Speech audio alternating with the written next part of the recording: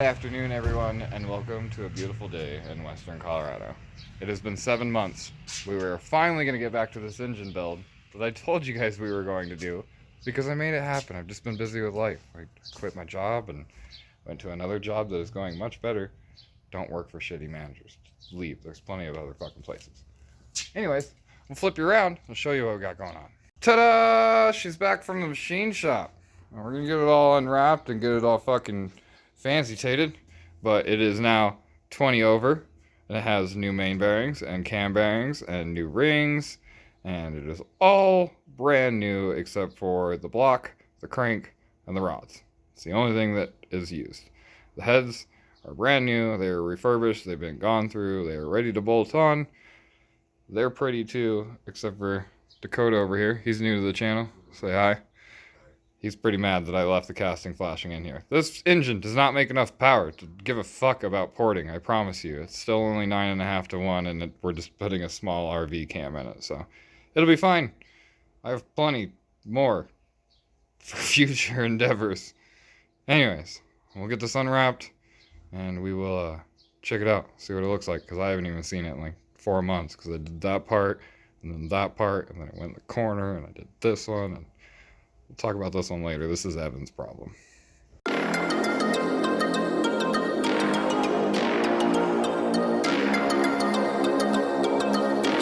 Alright, so with it completely unwrapped, you see my shiny new pistons.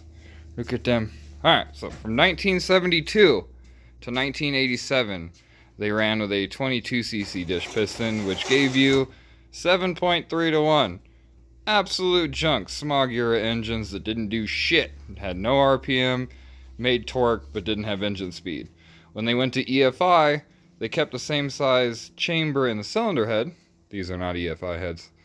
But they went to this piston, which is 7cc.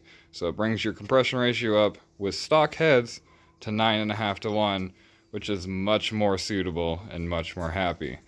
This was only a couple year thing, because I know the later EFI engines went to an 11cc dish. These are 20 over, so this is all now 464 cubic inches of big block goodness. So we're going to start putting this thing together. We got Felpro severe duty head gaskets down there because we know I'm a douche about my driving. I've also got ARP main bolt or head bolts. It does have ARP main bolts in it because one of the main bolts stretched. The machine shop called me, and God forbid that you can find one main bolt, so I paid out the ass to have it ARP main bolted. So all ARP goodness all the way through. So we're going to get the heads figured out, and then we will stop and talk to you guys again.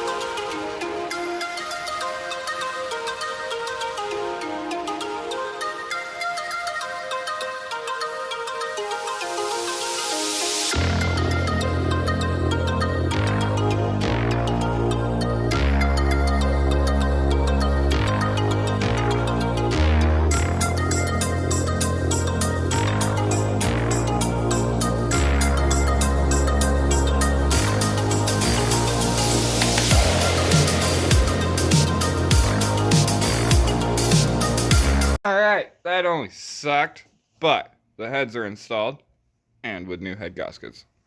For whatever reason, I can't get a 460 that doesn't weep right here, so hopefully we've solved that problem with proper fucking heads and shit. Don't mind Dakota, he's doing a dab. Now we're going to install the cam. Now, cam selection right now for big blocks is about slim to fucking none. I wanted to run a comp cam, even though they're having a bunch of fucking failures right now. I still wanted to run them because they're a legacy company that got me started into this. Either way, I picked up an Elgin RV cam, which is like a little bit bigger than stock and 2 degrees less lobe separation. I'll probably stick the stats up on the YouTube right about here sometime. If I don't, then fuck me, alright? Cool, whatever. So, I'm gonna pull that out.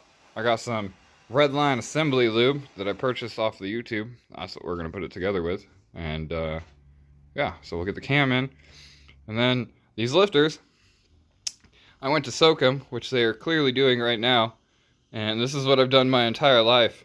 But I proceeded to get my ass handed to me on the forums because this is not the correct way to do 460s. So, my dumb ass gets to take all of those out of there and then get to individually put them in them and pump them up with a fucking push rod so where they're full.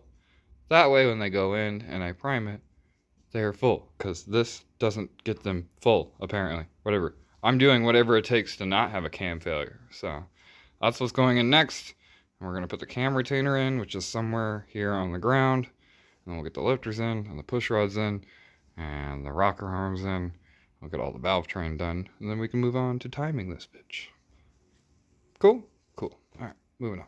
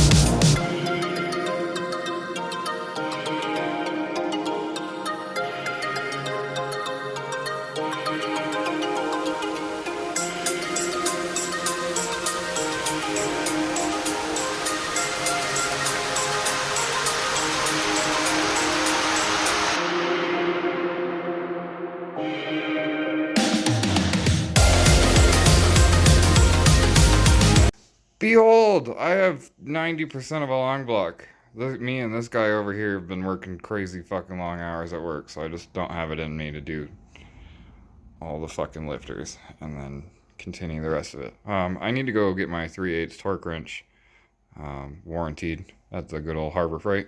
Yes, I use Harbor Freight tools. No, this is a sponsor. Yes, you guys should sponsor me.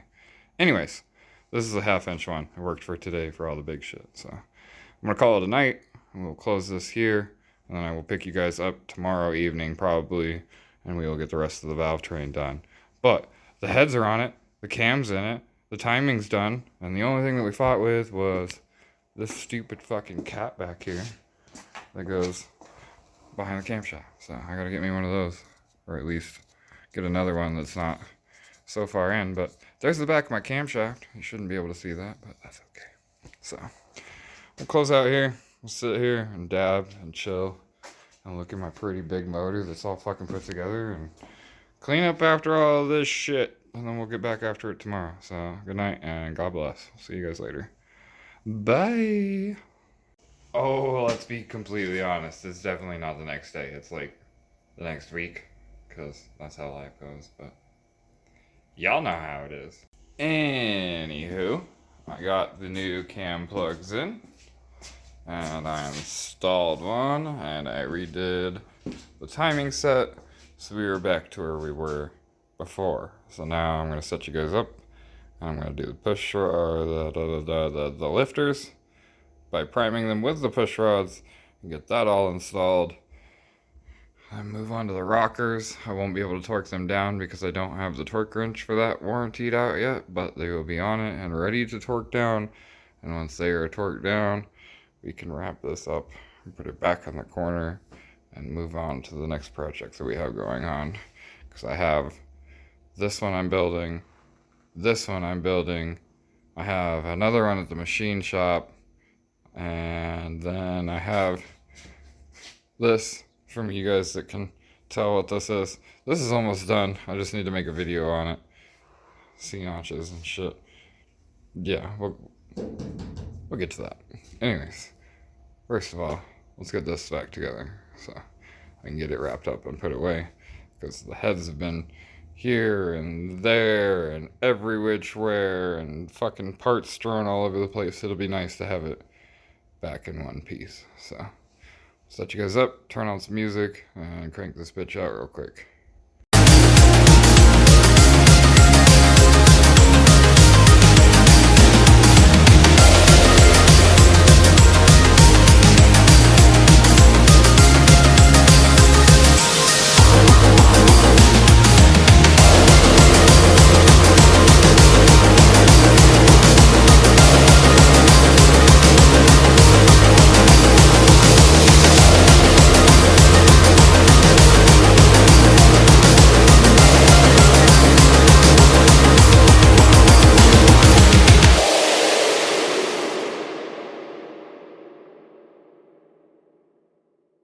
Behold, ladies and gentlemen, for the first time in 2023, my big block is back together and ready to go another fucking round.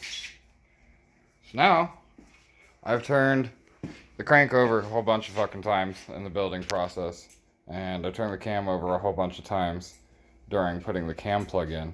But now, I'm going to set you guys up, and it'll be the first time I've turned it over with the new compression. I could turn over the derpy one in the truck that makes 7.3 to 1 by hand. This one I can almost assure you that I cannot turn over by hand. So this should be pretty interesting and amusing.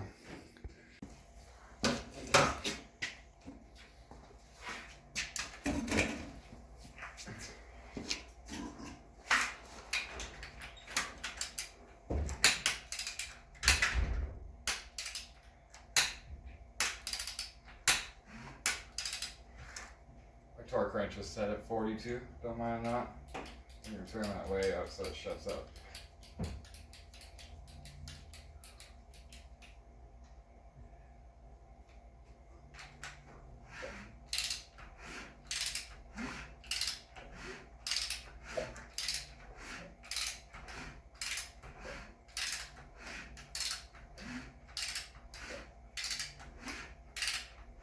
Yeah, this is much harder to turn over by hand.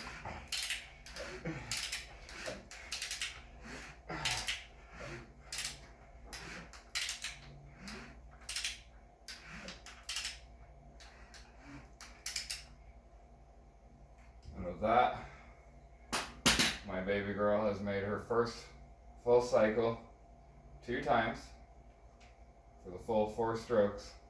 Nothing binds anything, nothing hits anything. Everything is good to go. I'm hoping, because these are non-adjustable, that there's no chance of over tightening them, and because of that and the stock spring pressure, the cam break-in goes really good with break-in oil. So there's not a whole lot of variables that I control, which is for the better. Next time you guys see this thing, I will get a timing cover on the way, and a dampener on the way, an intake manifold on the way, valve covers on the way, and we'll get this thing ready to paint. The old man just walked in. His engine is the one at the machine shop. You guys will get to see that on here soon. So, have a good night. God bless. I'm going to go enjoy the rest of my night off and hang out with Dad and see whatever else is going on. So, see you guys later. Bye! Look, I have an engine again. It's awesome.